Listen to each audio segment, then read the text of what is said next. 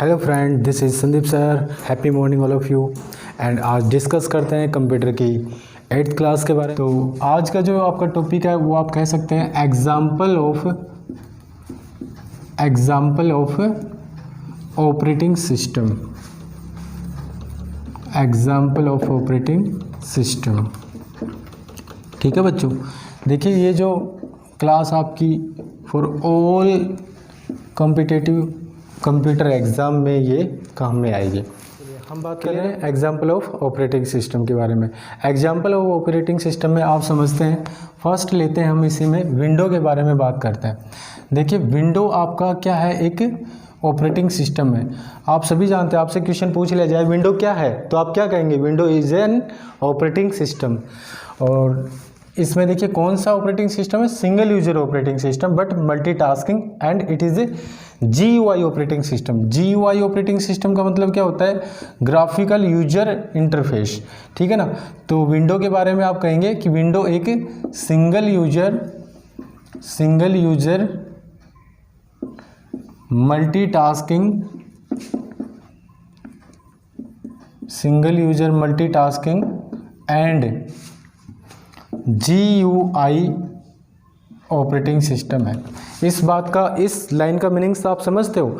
Window एक single user operating system है, it means एक बार में एक व्यक्ति काम में ले सकता है। और ये मल्टीटास्किंग ऑपरेटिंग सिस्टम है कि एक बार में एक से अधिक काम कर सकते हैं।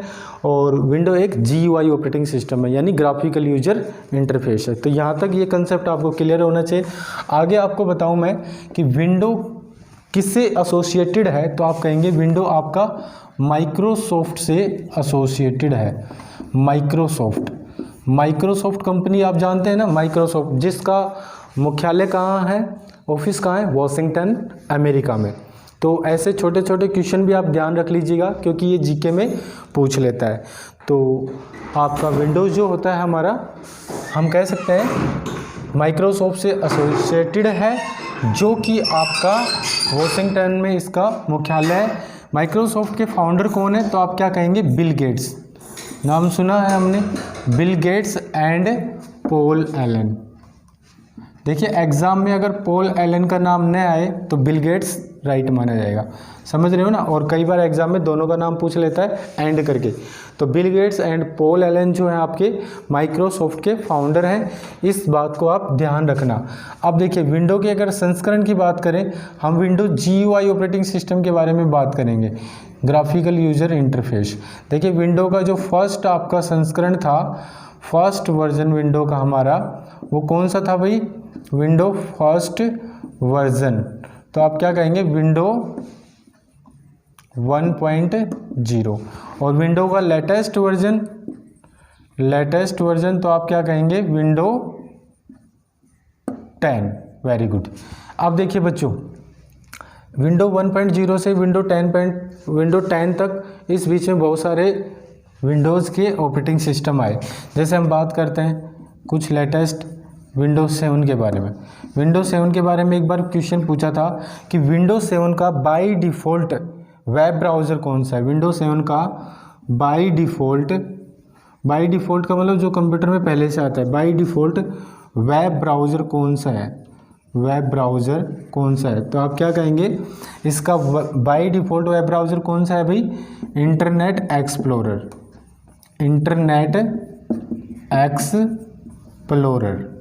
समझते हैं ना। इंटरनेट एक्सप्लोरर विंडोज 7 का आपका क्या है, बाय डिफ़ॉल्ट वेब ब्राउज़र है।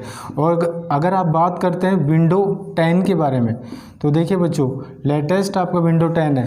विंडो 10 का बाय डिफ़ॉल्ट वेब ब्राउज़र कौन सा है बच्चों, बाय डिफ़ॉल्ट वेब ब्राउज़र। तो आप क्या कहेंगे, MS Edge। ये क्वेश्चन वेरी वेरी इंपॉर्टेंट है, ध्यान रखना।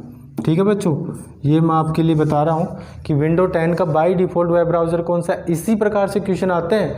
देखिए ये आप मेरे ऊपर छोड़ दीजिएगा, क्वेश्चन किस प्रकार से आते हैं। आपको जो कंटेंट मिल रहा है आप अच्छे से अपनी प्रिपरेशन कीजिएगा। अगर आपको लगता है कि आपके लिए क्लास सफिशिएंट नहीं है तो आप अनदर सोर्स से भी अच्छे से आप पढ़ लीजिएगा, वो आपकी कोई प्रॉब्लम नहीं, जैसे आपको उचित लगे। बट इतना मैं विश्वास के साथ कह रहा हूँ कि जो भी क्लास आपकी बनाई जाएगी अकॉर्डिंग टू योर सिलेबस और आपके लिए बेस्ट रहेगी। ठीक है ना। तो आपका अगर सहयोग रहा तो आगे भी क्लासें बनती रहेंगी। तो कहने का मतलब ये है कि विंडो 10 का बाय डिफ़ॉल्ट वेब ब्राउज़र कौन सा आपका MS एज होता है। इस बात को आप ध्यान रखना अच्छे से।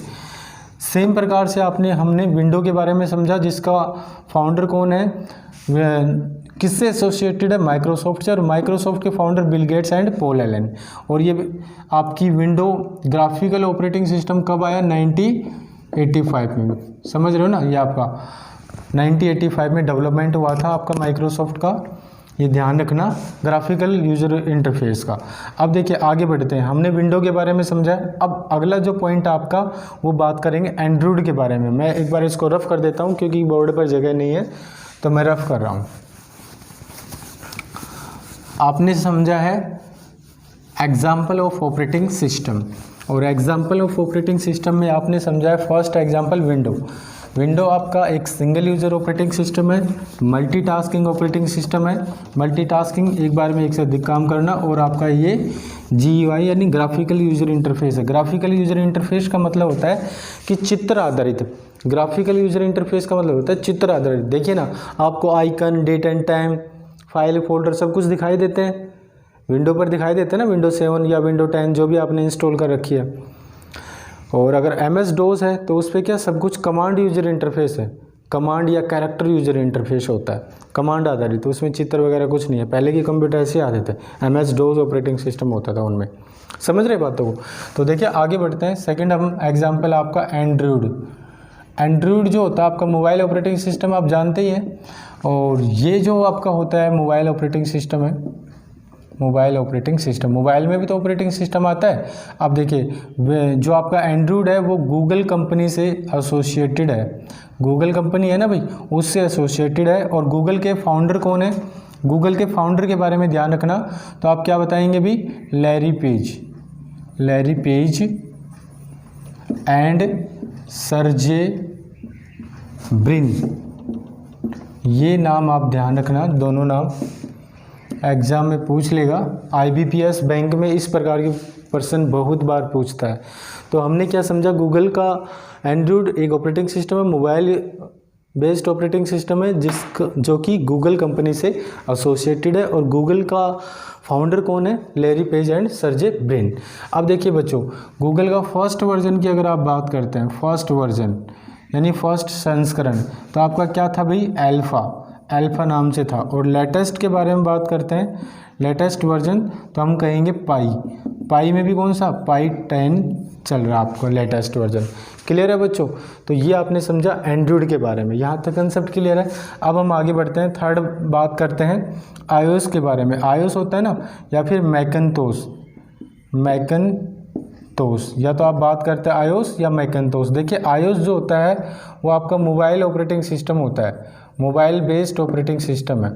और जो आपका मैकनतोस है, तो मैकनतोस के बारे में आप क्या कहेंगे, ये डेस्कटॉप या लैपटॉप, या तो डेस्कटॉप या लैपटॉप बेस्ड आपका क्या है, एक ऑपरेटिंग सिस्टम है। और ये किससे एसोसिएटेड है, ये आप कह सकते हैं कि आपकी जो एप्पल की जो कंपनी है ना भाई बच्चों, एप्पल, आपने नाम सुना है, एप्पल के मोबाइल आते हैं, एप्पल के डेस्कटॉप, मैकनतोस के आते हैं। तो ये क्या है, iOS तो मोबाइल ऑपरेटिंग सिस्टम है और मैकनतोस डेस्कटॉप या लैपटॉप ऑपरेटिंग सिस्टम। और एप्पल का जो एप्पल है आपकी iOS और मैकनतोस से एसोसिएटेड है। एप्पल के फाउंडर कौन है, अगर आपसे एग्जाम में पूछ लिया जाए एप्पल के फाउंडर कौन है, तो आप क्या बताएंगे बच्चों, आपने नाम सुना होगा, स्टीव जॉब्स। और एक इसके सहयोगी भी हैं, आप बता सकते हैं स्टीव वैजनिक। समझ रहे हैं ना बच्चों, ऐसे। और एक इसका सहयोगी और है रोनाल्ड वेने। तो ये 3 नाम आप ध्यान रखना, ये इनके एक प्रकार से क्या है, सहयोगी है। ठीक है, मैं इसको रफ कर देता हूँ। तो बच्चों आप पढ़ रहे हैं एग्जाम्पल ऑफ ऑपरेटिंग सिस्टम, और अगर आपको क्लास अच्छी लगी तो आप क्लास को लाइक कर दीजिएगा। देखिए बच्चों, आपका मोटिवेट ही हमको आगे बढ़ाएगा। और एक प्रकार से ये कह सकते हैं कि भी आपका चैनल, आपका अपना चैनल है, आपका अपना यूट्यूब चैनल है, इसको आप ज़्यादा से ज़्यादा ज़्यादा से ज़्यादा आप इसको शेयर कर दीजिएगा, ठीक है। तो हम बात कर रहे हैं एग्जाम्पल ऑफ ऑपरेटिंग सिस्टम। देखिए बच्चों, थर्ड हमने समझ लिया है। एक बात करते हैं लाइनेक्स के बारे में। लाइनेक्स, ठीक है, लाइनेक्स भी एक प्रकार का ऑपरेटिंग सिस्टम है। और पांचवा आप बात करते हैं यूनिक्स के बारे में। दोनों को हम कंपेयर करके पढ़ते हैं। एक आप बात कर रहे हैं लाइनेक्स और एक आप बात कर रहे हैं, एक तो हम बात कर रहे हैं, मैं इसको बड़ा लिख देता हूं ताकि आपको अच्छे से दिखे। एक आप बात कर रहे हैं लाइनेक्स ऑपरेटिंग सिस्टम और एक आप बात कर रहे हैं यूनिक्स ऑपरेटिंग सिस्टम, ठीक है बच्चों, यूनिक्स और लाइनेक्स ऑपरेटिंग सिस्टम। देखिए लाइनेक्स ऑपरेटिंग सिस्टम जो होता है आपका, एक प्रकार से कह सकते हैं कि यह है ओपन सोर्स ऑपरेटिंग सिस्टम होता है। ओपन सोर्स ऑपरेटिंग सिस्टम होता है। क्लियर है बच्चों। लेकिन जो आपका लाइनेक्स यूनिक्स है वो क्लोज सोर्स ऑपरेटिंग सिस्टम, आपका क्लोज सोर्स ऑपरेटिंग सिस्टम है, क्लोज सोर्स ऑपरेटिंग सिस्टम। अब देखिए आपके माइंड में ये बात आएगी, ओपन सोर्स ऑपरेटिंग सिस्टम का मतलब क्या होता है। देखिए आप जब कोई भी ऑपरेटिंग सिस्टम बनाते हैं या फिर सॉफ्टवेयर बनाते हैं तो उसके लिए ज़रूरी होता है कि उसमें आप सोर्स कोड लिखें। अब सोर्स कोड देखिए, एक तो होता है ना सोर्स कोड, आपका सोर्स कोड। अब सोर्स कोड को कंपाइलर या इंटरप्रेटर की सहायता से आप कन्वर्ट करके ऑब्जेक्ट कोड में बदलते हैं। ऑब्जेक्ट कोड कह सकते हैं या मशीन कोड कह सकते हैं। देखिए, और बीच में बदलने के लिए आपको या तो इंटरप्रेटर या कंपाइलर की ज़रूरत पड़ती है, ठीक है ना। अब देखिए ये क्या होता है, सोर्स कोड यानी आप कोई प्रोग्राम बनाते हैं तो प्रोग्राम बनाते तो उससे पहले कोड तो लिखने पड़ते हैं ना भाई, प्रोग्राम बनाने के लिए, सॉफ्टवेयर बनाने के लिए, है ना। प्रोग्राम में कोड लिखने पड़ते हैं तो वो जो कोड होते हैं वो सोर्स कोड होते हैं। और जब आप कन्वर्ट करके आपके लिए आपको वो रिजल्ट आउटपुट पर डिस्प्ले होता है तो मशीन कोड में चेंज होकर बदलता है। तो कहने का मतलब हम ये समझते हैं कि ओपन सोर्स ऑपरेटिंग सिस्टम का मतलब है कि इसके जो सोर्स कोड है ना लाइनेक्स के, जब लाइनेक्स को बनाया गया तो इसके सोर्स कोड ओपन रखे गए, पब्लिक के लिए ओपन रखे गए। वो इसलिए कि भी मैंने बना दिया है, अब आप सबके लिए पब्लिक है, आप इनका यूज़ करो। अगर आपको लगता है कि भी इसमें कुछ बेस्ट सुधार और किया जा सकता है तो आप अपने सजेशन दीजिए, और या फिर आप खुद से सुधार करके और नया बेस्ट बनाइए। वो इस पर्पज़ से करते हैं ताकि पब्लिक सभी का भला हो। और ये क्या होता है, यूनिक्स क्लोज ऑपरेटिंग सिस्टम होता है, क्लोज सोर्स ऑपरेटिंग सिस्टम। इसको क्या पेमेंट करके ही आप इसको परचेज कर सकते हैं, इसके सोर्स कोड ले सकते हैं, अदरवाइज नहीं है। सबसे पहले कौन सा आया आपका, पहले आपका यूनिक्स आया, ठीक है ना। लाइनेक्स से पहले भी आपका कौन सा आया, यूनिक्स आया। तो आप इस बात का भी ध्यान रख लीजिएगा। दोनों के बारे में बात हो चुकी है। अब देखिए लाइनेक्स के बारे में हम और क्या समझते हैं कि लाइनेक्स ऑपरेटिंग सिस्टम जो होता है और यूनिक्स दोनों ही मल्टी यूजर ऑपरेटिंग सिस्टम है, ठीक है ना। सर्वर बेस होते हैं मल्टी यूजर। सर्वर क्या, जहाँ से आप इन्फॉर्मेशन ले रहे हैं, एक प्रकार से मेन फ्रॉम कंप्यूटर में इनका यूज़ किया जाता है लाइनेक्स का। तो आप देखिए आगे क्या समझते हैं, लाइनेक्स की खोज किसने की, है ना। ये क्वेश्चन भी बहुत अच्छा क्वेश्चन है। खोजकर्ता, फाउंडर यानी कि इन्वेंट किसने किया, तो इसने अपने खुद के नाम पर ही कर लिया, लाइनेक्स टोरवाल्ड्स, ठीक है ना, लाइनेक्स टोरवाल्ड्स। ये अपने खुद के नाम पे इन्होंने किसका खोज किया, लाइनेक्स ऑपरेटिंग सिस्टम। और यूनिक्स की खोज किसने की, तो आप क्या कहेंगे, यूनिक्स की खोज सबसे पहले जो नाम आ रहा है वो आपका डेनिस रिची, ठीक है बच्चों, डेनिस रिची,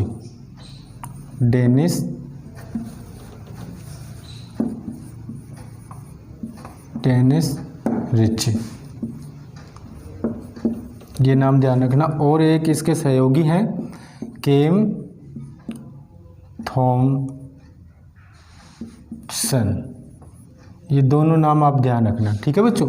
तो ये किसकी खोज की, यूनिक्स की डेनिस रिची ने और केम थॉमसन ने, और लाइनेक्स की लाइनेक्स टोरवाल्ड। अब अगर इसमें भी लाइनेक्स के ऑपरेटिंग सिस्टम के भी एग्जाम्पल अगर आपसे पूछ लिए ना तो आप क्या बताएंगे भाई, लाइनेक्स ऑपरेटिंग सिस्टम है उसके एग्जाम्पल अगर आपसे पूछ लिए तो देखिए उबंतु मैं बड़ा लिख देता हूँ, UBUNTU, उबंतु ऑपरेटिंग सिस्टम नाम सुना है, ये आपका लाइनेक्स ऑपरेटिंग सिस्टम होता है, उसका एग्जाम्पल होता है। उसके बाद उबंतु के बाद रेड हार्ट होता है, मिंट करके होता है, सूसे करके होता है, ठीक है ना, फेडोरा करके होता है, और एक आपका क्या होता है, डेबियन करके होता है, तो ये क्या एग्जाम्पल है हमारे, ये आपके लाइनेक्स ऑपरेटिंग सिस्टम के एग्जाम्पल है। और अगर यूनिक्स के बारे में बात करें तो यूनिक्स जो आपका ऑपरेटिंग सिस्टम है उसके OS X, सोलरिक्स, ठीक है ना, और आपका OS X हो गया, सोलरिक्स हो गया। तो ये जो दो हैं आपके किसके एग्जाम्पल हैं, और एक होता है आपका BSD। तो ये हमारे तीन जो है हमारे यूनिक्स ऑपरेटिंग सिस्टम के एग्जाम्पल है। आप इस चीज़ को अच्छे से समझ लीजिएगा, ठीक है बच्चों। तो अगर आपको ये क्लास अच्छी लगी तो लाइक ज़रूर कीजिएगा, शेयर कीजिएगा, और आप इसको एक बार स्क्रीनशॉट ले लीजिएगा, फिर हम आगे बढ़ते हैं। चलिए मैं रफ कर देता हूँ। तो आपने इनके बारे में समझा, लाइनेक्स और यूनिक्स ऑपरेटिंग सिस्टम के बारे में। दोनों ही सर्वर बेस्ड हैं और दोनों ही आपके कह सकते हैं कि मल्टी यूजर ऑपरेटिंग सिस्टम होते हैं। एग्जाम्पल दोनों की ज़रूर ध्यान रखना, क्योंकि एग्जाम्पल क्वेश्चन में एग्जाम्पल बहुत बार पूछ लेता है, ठीक है बच्चों। तो आप इस चीज़ का अच्छे से ध्यान रखना। चलिए बच्चों, अब हम आगे बढ़ते हैं। ऑपरेटिंग सिस्टम आपका क्लियर हो गया। अब हम बात करेंगे लैंग्वेज ट्रांसलेटर के बारे में। लैंग्वेज ट्रांसलेटर, देखिए बच्चों, लैंग्वेज ट्रांसलेटर हैं, ये जो टॉपिक है वेरी वेरी इंपॉर्टेंट है। HSSC हरियाणा की जो एग्ज़ाम है, कांस्टेबल है या फिर पटवारी है या फिर उसके अलावा क्लर्क है, तो उसमें यहाँ से क्वेश्चन पूछा गया था। HSSC का क्या होता है, थोड़ा लेवल हाई रहता है, ठीक है। तो हम बेसिक टू एडवांस की ओर चलेंगे और हर कंसेप्ट को क्लियर करेंगे। सबसे पहले तो आपको ये समझना है कि लैंग्वेज ट्रांसलेटर होते क्या है। तो लैंग्वेज ट्रांसलेटर में यही समझते हैं, program that convert to one language to another language. अब देखिए बच्चों, आप एक चीज़ को तो समझते हैं ना, इसका यूज क्यों हुआ। देखिए आपका कंप्यूटर है, कंप्यूटर कौन सी लैंग्वेज समझता है, मशीन लैंग्वेज। मशीन लैंग्वेज कौन सी होती है भाई, मशीन लैंग्वेज। मशीन लैंग्वेज कौन सी होती है, जो 0-1 पर काम करती है, ठीक है ना। इसको हमने कोड दे दिया कि भाई 0-1 0-1 0-1 0-1 0-1 इस प्रकार से काम करना। आप कौन सी लैंग्वेज समझते हो, लाइक इंग्लिश लैंग्वेज, भाई हम इंग्लिश हिंदी ये लैंग्वेज समझते हैं। तो अब एक बात नोटिस करो, थोड़ा सोचो आप इस चीज़ को, क्या आप इंग्लिश लैंग्वेज समझते हैं, कंप्यूटर मशीन लैंग्वेज समझता है जो कोड में चलती है 0-1, क्या आप इसको कंप्यूटर को इंस्ट्रक्शन देंगे, क्या वो फॉलो करेगा। और चलो आपकी बात फॉलो भी कर ली, उसके बाद क्या आपको वापस रिजल्ट प्रोसेस करके आपको रिजल्ट देगा। पहली बात तो वो फॉलो ही नहीं करेगा, क्योंकि आप कौन सी लैंग्वेज समझते हैं, like English language, Hindi language, यानी असेंबली लैंग्वेज। तो हम जो लैंग्वेज समझते हैं वो कंप्यूटर उस लैंग्वेज को नहीं समझता, क्योंकि कंप्यूटर आप अपनी खुद की एक मशीन लैंग्वेज को समझता है जो 0-1 पर कार्य करती है। क्लियर है। और आप ये समझते हैं, तो ऐसा बीच का कुछ ना कुछ मीडिएटर चाहिए ना, कुछ ना कुछ ट्रांसलेटर चाहिए, ताकि आपकी लैंग्वेज कंप्यूटर समझे और फिर कंप्यूटर की लैंग्वेज को वापस भी तो आपको समझना है। रीज़न ये है कि आपने इसको इंस्ट्रक्शन दे दिया, उसने प्रोसेस किया, प्रोसेस करके रिजल्ट जो आउटपुट दर्शाएगा ना, वो मशीन कोड में नहीं दर्शाएगा, क्योंकि मशीन में दर्शाएगा तो आप कैसे समझेंगे। समझ रहे हो ना मेरी बात। तो इसको ट्रांसलेट करके ये क्या करता है, आपकी लैंग्वेज में चेंज करता है, ताकि हम समझ सकें। इसीलिए तो कहते हैं कि बीच का जो काम होता है, ताकि हमारे यूजर और कंप्यूटर के बीच में एक इंटरफेस, मीडिएटर का काम करे, एक फ्रेंडली एनवायरनमेंट प्रोवाइड करे, उसका काम किसका होता है, लैंग्वेज ट्रांसलेटर का। तो एग्जाम में अगर आपसे क्वेश्चन पूछा जाए, one language to another language, one language to convert another language, तो इनमें से किसका यूज किया जाता है, यानी it is a program that convert to one language to another language. Clear है। और लैंग्वेज हम बात कर रहे हैं एक प्रकार से कंप्यूटर लैंग्वेज के बारे में। तो चलिए हम इन्हीं के बारे में समझते हैं। मैं आपका कंसेप्ट क्लियर हो गया ना, लैंग्वेज ट्रांसलेटर क्या होता है। चलो वेरी गुड। अब देखिए आगे बढ़ते हैं। इसमें थोड़ा सा मैं इसमें लिख देता हूँ, program that convert to one language to another language. ठीक है बच्चों। अब देखिए language translator, there are 3 types of language translator. First of all interpreter. आप कोई भी ले लीजिएगा, जरूरी नहीं इंटरप्रेटर ले लीजिएगा, कंपाइलर ले लीजिएगा, असेंबलर ले लीजिएगा। ठीक है, हम असेंबलर ले लेते हैं, assembler. Then second compiler, and third interpreter. देखिए बच्चों, जो आपके असेंबलर होते हैं, जैसे कि नाम से लग रहा है, इसका काम क्या होता है? अब देखिए, आपको प्रोग्राम कन्वर्ट करना है एक लैंग्वेज से अनदर, बट उसके भी वे हैं, टाइप हैं, रास्ते हैं। आप असेंबलर का यूज करके कैसे कर सकते हैं?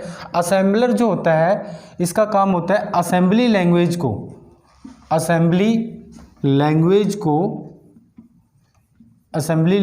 को क्या करता है? मशीनी लैंग्वेज में ट्रांसलेट करता है। मशीन जो लैंग्वेज होती है आपकी, मशीन लैंग्वेज में ट्रांसलेट करता है। अब आपके माइंड में ये बात आएगी कि मशीन लैंग्वेज तो समझ गए, जो 0-1 पर वर्क करती है, बट असेंबली लैंग्वेज क्या होती है? तो देखिए बच्चों, असेंबली लैंग्वेज का मतलब होता है कि इट इज़ ए ये कह सकते हैं कि ये न्यूमेरिक कोड पर काम करती है। न्यूमेरिक कोड पर,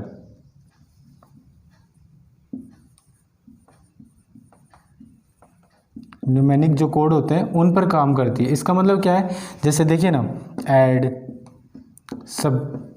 ऐड यानी जोड़ने के काम आता है, प्लस करने के, सब यानी सब्ट्रैक्शन यानी घटाने के काम आता है, इंक्रीज के लिए INC का यूज करते हैं, ETC एक्सेट्रा। तो इन सभी का यूज करके हम क्या कर सकते हैं? न्यूमेरिक कोड होते हैं लाइक इंग्लिश लैंग्वेज, ठीक है ना। तो कहने का मतलब असेंबली लैंग्वेज जो कि असेंबली लैंग्वेज को मशीन लैंग्वेज में ट्रांसलेट करने के लिए किसका प्रयोग किया जाता है? असेंबलर। ये क्वेश्चन राजस्थान पटवारी की मेंस के एग्जाम में आया था, ये क्वेश्चन कि असेंबली लैंग्वेज को मशीन लैंग्वेज में कन्वर्ट करने के लिए इनमें से किसका प्रयोग किया जाता है? ऑप्शन थे assembler, interpreter, compiler, none of these. समझ रहे हैं ना? तो इसका राइट आंसर क्या है? असेंबलर। अब आप आगे आ जाइए, ठीक है। तो बच्चों देखिए, कंपाइलर जो होता है उसका काम क्या होता है? High level HLL high level language को मशीन लैंग्वेज में कन्वर्ट करता है। हाई लेवल लैंग्वेज क्या होता है भाई? Like English language.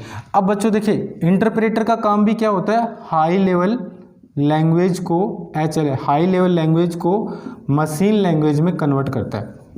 Machine language बोल सकते हैं, मशीन कोड बोल सकते हैं, मशीन लैंग्वेज में कन्वर्ट करता है।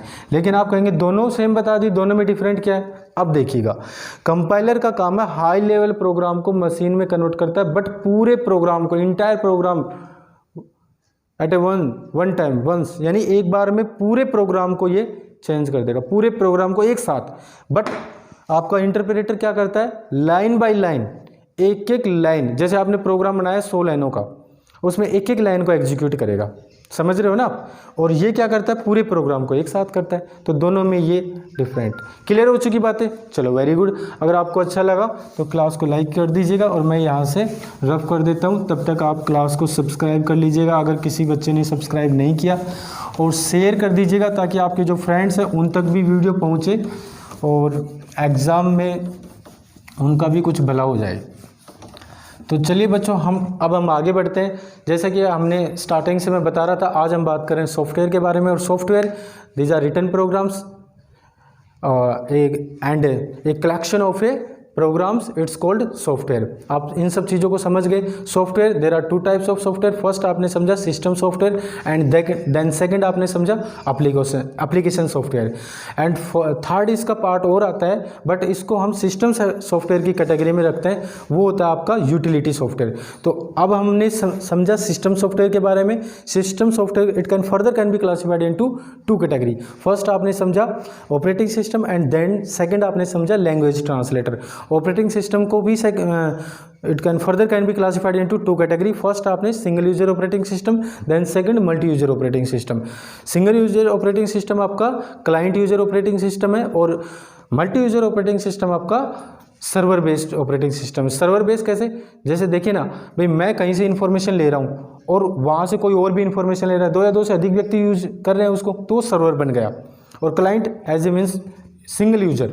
क्लियर है बात? फिर आपने समझा एग्जाम्पल ऑफ ऑपरेटिंग सिस्टम, फिर आपने समझा लैंग्वेज ट्रांसलेटर। अब हम आगे बढ़ते हैं। तो हमें ये मैं बार बार रिपीट आपको इसलिए करवा रहा हूँ कि हम पढ़ क्या रहे हैं, हमें समझ में भी तो आना चाहिए। यूँ नहीं कि हम आगे ऐसे ही बढ़ रहे हैं, चीज़ों को समझ कर पढ़ेंगे। तो आपने सिस्टम सॉफ्टवेयर समझ लिया। अब आगे आप बात करेंगे, सेकेंड था आपका एप्लीकेशन सॉफ्टवेयर। एप्लीकेशन सॉफ्टवेयर, देखिए बच्चों, सबसे पहले तो आपके माइंड में ये बात आनी चाहिए कि एप्लीकेशन सॉफ्टवेयर होते क्या है, क्योंकि एग्जामिनर ऐसे ही क्वेश्चन पूछता है जो बहुत इजी से क्वेश्चन है बट हमारे माइंड में नहीं आ पाते। ठीक है, ऐसे क्वेश्चन एग्जामिनर हमेशा पूछता है। देखिए एप्लीकेशन सॉफ्टवेयर कौन से होते हैं?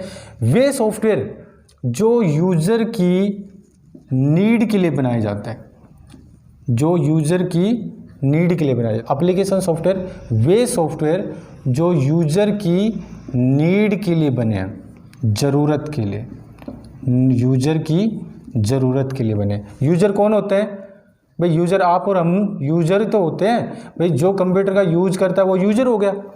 तो देखिए ना, आपके लिए, आपकी ज़रूरत के लिए जो सॉफ्टवेयर बने वो आपके एप्लीकेशन सॉफ्टवेयर। अब आप कहेंगे, खुद ही आप एग्जांपल बता देंगे इनके। ठीक है, देखिए बच्चों, अगर आप इसको डिफाइन करना चाहते हो तो मैं एडवांस लेवल पर बता दूंगा। It can further can be classified into 2 category. First आपका vertical software, then second horizontal. But आपका जो लेवल है हॉरिजॉन्टल सॉफ्टवेयर, बट आपके जो एग्ज़ाम का जो लेवल है अकॉर्डिंग टू योर सिलेबस वो हमारा ज़्यादा कुछ नहीं है। ये पीजीटी कंप्यूटर साइंस की बातें हो जाती है, पीजीटी या टीजीटी कंप्यूटर साइंस की, जो केवीएस और नवोदय विद्यालय में निकलती है। देखिए हम बात, फिर भी मैं आपको बेसिक टू एडवांस की तरफ चलता हूँ। एप्लीकेशन सॉफ्टवेयर में वर्टिकल सॉफ्टवेयर के बारे में बात करते हैं। देखिए बच्चों, वर्टिकल सॉफ्टवेयर स्पेशल यूजर्स के लिए होता है, लाइक बैंक, ऑर्गेनाइजेशन, गवर्नमेंट। जैसे बैंक में आप सभी का अकाउंट है तो वहाँ सभी के अकाउंट का मैनेजमेंट कौन करता है? एप्लीकेशन सॉफ्टवेयर होते हैं, बट उनमें भी वर्टिकल, जैसे फिनाले हो गया, डीबीएमएस हो गया, तो आगे के, ताकि उनको बेटर वे से सिक्योर कर सके। हम जो यूज़ करते हैं वो हॉरिजॉन्टल सॉफ्टवेयर होता है।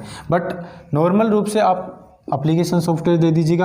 अगर एग्जाम्पल आ जाए क्वेश्चन में, एग्जाम में, और वर्टिकल हॉरिजॉन्टल नहीं आए, सीधा ही एप्लीकेशन आए, तो हम इन सब चीज़ों को भूल जाएंगे। समझ रहे हो बात? तो चलिए, हॉरिजॉन्टल सॉफ्टवेयर के बारे में बता रहा हूँ मैं आगे आपको।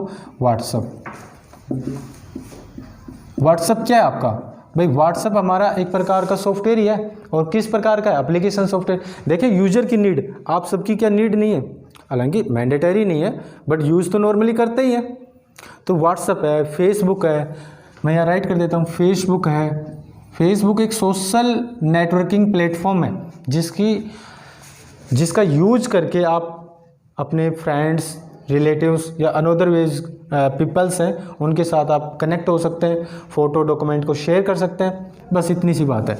ठीक है, व्हाट्सअप है, फेसबुक है, इंस्टाग्राम है। अब देखिए, ये तो मैंने आपको बता दिया। इसके अलावा SBI है, PNB है, एनीवेयर है। ये क्या बैंक के कुछ एप्लीकेशंस होते हैं, जैसे SBI एनीवेयर, SBI बड़ी, PNB, इसके लिए UPI, इसके अलावा और MS ऑफिस, वेरी गुड, ये एक एप्लीकेशन सॉफ्टवेयर है MS ऑफिस, और आपके सिलेबस में बहुत ही इंपॉर्टेंट रोल प्ले करेगा ये। इसके अलावा देखिए टैली है, अकाउंटिंग है, तो ये सारे आपके क्या है? एप्लीकेशन सॉफ्टवेयर है। PDF फाइलों को पढ़ने के लिए किसका यूज किया जाता है? अब देखिए यही ऑप्शन आ गया। तो PDF फाइलों को पढ़ने के लिए यूँ तो है नहीं कि अपने आप ही ओपन हो जाएंगे, उनके लिए भी आपके मोबाइल या कंप्यूटर में एक सॉफ्टवेयर चाहिए जिसको क्या कहते हैं? एडोब रीडर, जिसका नाम क्या है? Adobe reader.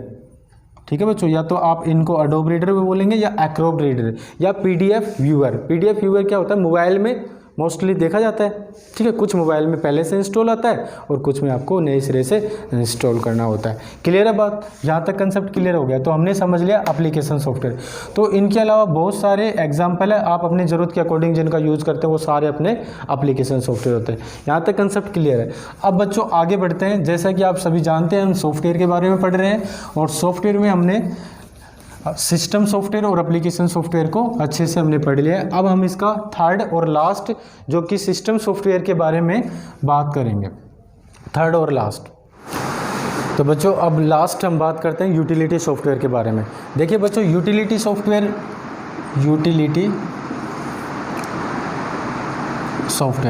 देखिए ना बच्चों, नाम से लग रहा है यूटिलिटी सॉफ्टवेयर यानी उपयोगिता सॉफ्टवेयर।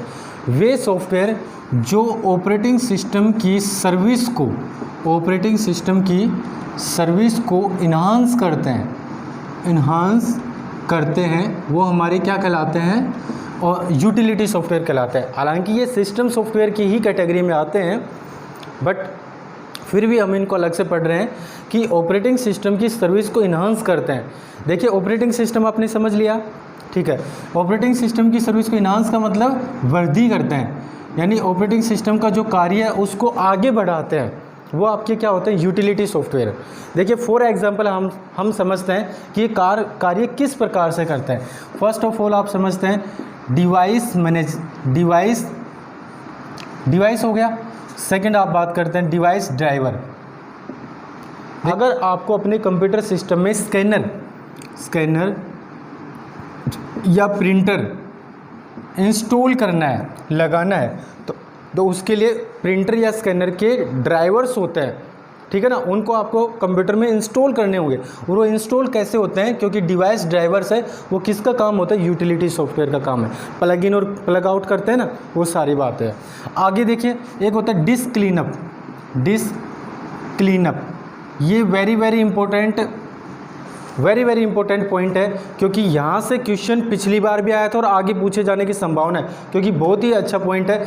डिस्क क्लीनअप आपने नोटिस किया होगा, आपके मोबाइल में भी होता है। देखिए ना, जब आप लंबे समय से अपने मोबाइल पर काम कर रहे हैं, 1 साल से, 1.5 साल से, 2 साल से, और लंबे समय से बहुत सारी फाइलें खोल रखी है, जैसे आपने किसी को कॉल किया, आपने यूट्यूब देखा, फेसबुक, व्हाट्सअप भी चलाया, कोई PDF फाइल खोली, उसके अलावा अनदर फाइल खोली, तो वो रिसेंट में ओपन रहती है। तो जब आप उसको क्लीन अप ओपन रहती है, तो जब आप उनका यूज़ करते हैं तो थोड़ा सा, हालांकि आपको इतना ज़्यादा फ़र्क नहीं पड़ेगा या पता भी नहीं चलता, थोड़ा सा स्लो हो जाता है आपका फ़ोन, जिसको आप हैंग बोलते हो, हैंग होना स्टार्ट हो जाता है। अगर ज़्यादा ही पुराना फ़ोन है तो थोड़ा थोड़ा हैंग हो जाएगा। हम सोचते हैं नेटवर्क प्रॉब्लम है, होती है, बट ये भी एक प्रॉब्लम्स है। तो इस प्रॉब्लम्स का सॉल्यूशन कौन करता है, डिस्क क्लीनअप। आपके पास एक ऑप्शन है, और जैसे कई बार आपने क्रॉस साइन में देखा होगा, MI के जो मोबाइल होते हैं, तो जैसे आप क्रॉस साइन क्लीनअप कर देते हैं, क्लीनअप या फास्ट अप या बूस्ट अप, तो वो क्या उन सभी फाइलों को क्लोज कर देता है, और आपका जो मोबाइल है उसमें रैम जो होती है उसको एक प्रकार से नए सिरे से एक्टिवेट करता है, चलाता है, मतलब ताकि वो सारे प्रोग्राम्स जो होते हैं वो फास्ट वर्क करने लग जाए। सेम टाइप से आपके कंप्यूटर में होता है। देखिए ना, आप कंप्यूटर पर लंबे समय से कार्य कर रहे हैं, यूँ तो है नहीं कि 1-2 दिन में काम किया, 1 साल से, 2 साल से, 5 साल से काम कर रहे हैं, और बहुत सारे टास्क को ओपन कर रखा है।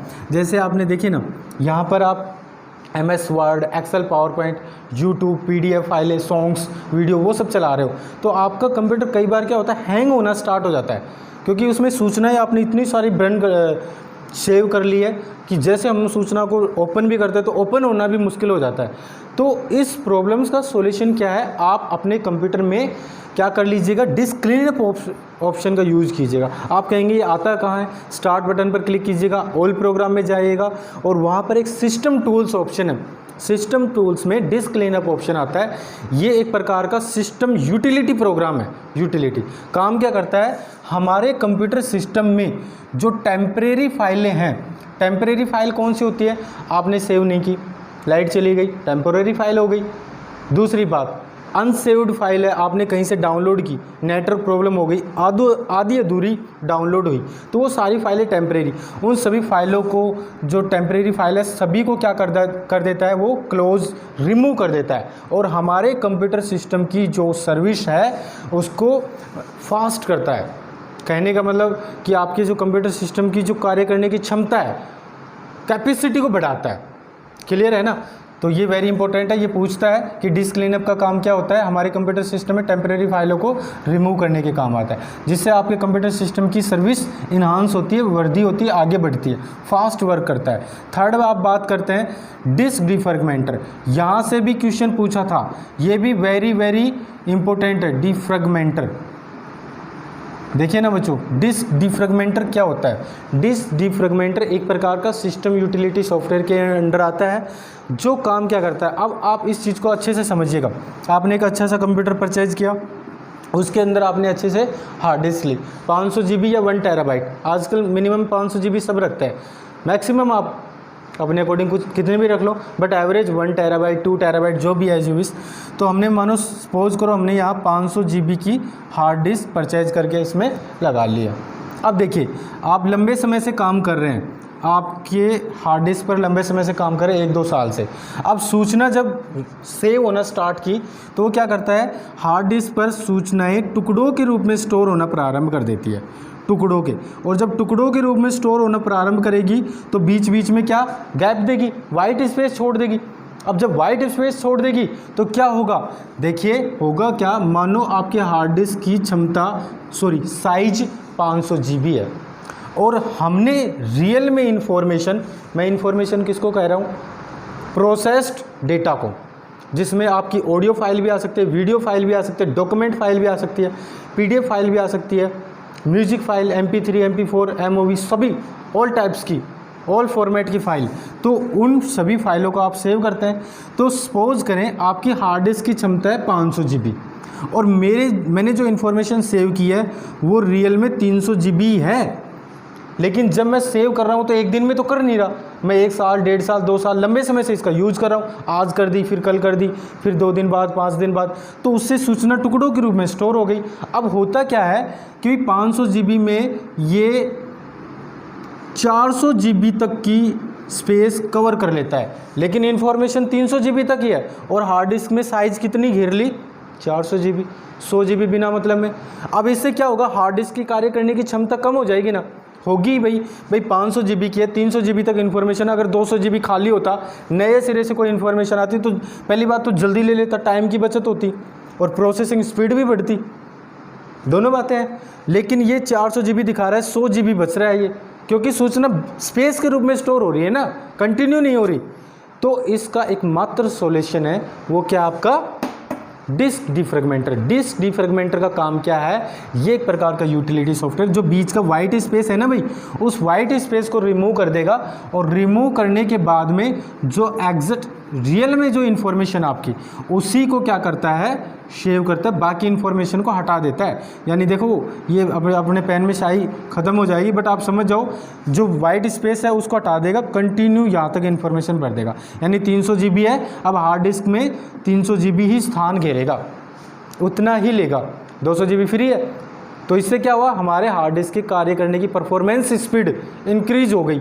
ये क्वेश्चन आया था कि डिस्क डिफ्रेगमेंटर क्या है, हार्ड डिस्क के कार्य करने की क्षमता को इंक्रीज करता है, बढ़ाता है। क्लियर है। चलिए, तो हमने 2 पॉइंट समझ लिए, 3 पॉइंटों को समझ लिया है किसके, यूटिलिटी सॉफ्टवेयर के। एग्जाम्पल ऐसे ही पूछता है। अब आगे देखिए, very very important, backup and recovery. Backup and recovery, देखिए ना बच्चों, बैकअप एंड रिकवरी। रिकवरी देखिए बच्चों, ये नाम से लग रहा है, आप मोबाइल से कोई पिक क्लिक करते हैं या कंप्यूटर में सेव करते हैं, तो इसकी क्या शॉर्टेज है कि वो हमेशा के लिए बने रहेगी। अच्छी बात है, रहेगी, बट क्या पता हमारा मोबाइल मिसप्लेस हो जाए, या फिर जो कंप्यूटर है उसमें जो हमने कंटेंट सेव किया है वो कंटेंट कैसे भी मतलब फॉर्मेट हो गया। तो क्या सॉल्यूशन है ताकि वो मेरी जो इंपॉर्टेंट पिछले 5 साल की, 2 साल की, 1 साल की जो फाइल है उनको रिकवर करूँ, है उसके लिए क्या होता है, बैकअप एंड रिकवर है। आप जो भी काम करते रहते हैं उनको टाइम टू टाइम बैकअप ले लीजिएगा, चाहे मोबाइल में कोई फ़ोटो हो, वीडियो, ऑडियो हो, या फिर हमारे कंप्यूटर में कोई फाइलें हों। हम अगर टाइम टू टाइम बैकअप ले लेते हैं तो बैकअप ऑप्शन से बैकअप होता है। बैकअप, अगर आप बैकअप ले लेते हैं तो क्या होता है, आप उनको बाद में, अगर आपका कंप्यूटर ख़राब भी हो गया, जैसे मानो आज डेट है 5/06/2020 और कल की डेट में मैंने बैकअप ले लिया था, ठीक है, लेकिन आज की डेट में आपका कंप्यूटर ख़राब हो गया, या फिर मानो आपने 01/05 की डेट में बैकअप लिया था और आज की डेट में आपका कंप्यूटर ख़राब हो गया, तो इस बीच का तो डेटा नहीं मिलेगा, बट स्टार्टिंग से, जब से आपने कंप्यूटर का बैकअप लेना स्टार्ट किया तब से और इस डेट तक की जो इन्फॉर्मेशन है उसको रिकवर कर सकते हैं। क्लियर है बात। अब आप कहेंगे हम तो कैसे रिकवर करें, भाई ये काम आप कंप्यूटर पर छोड़ दो। मोबाइल में क्या होता है, ऑटोमेटिक डेज, जैसे 7 डेज बाद, 30 डेज बाद, एवरी 10 मिनट्स बाद ऑटोमेटिक, तो वो ऑप्शन तो पूछता है, उस पर आप टिक कर दीजिए, ऑटोमेटिक बैकअप लेता रहेगा। ये काम भी आपका सोल्व कर देता है कंप्यूटर। तो ये बैकअप एंड रिकवर। एक बच्चों एक होता है एंटीवायरस।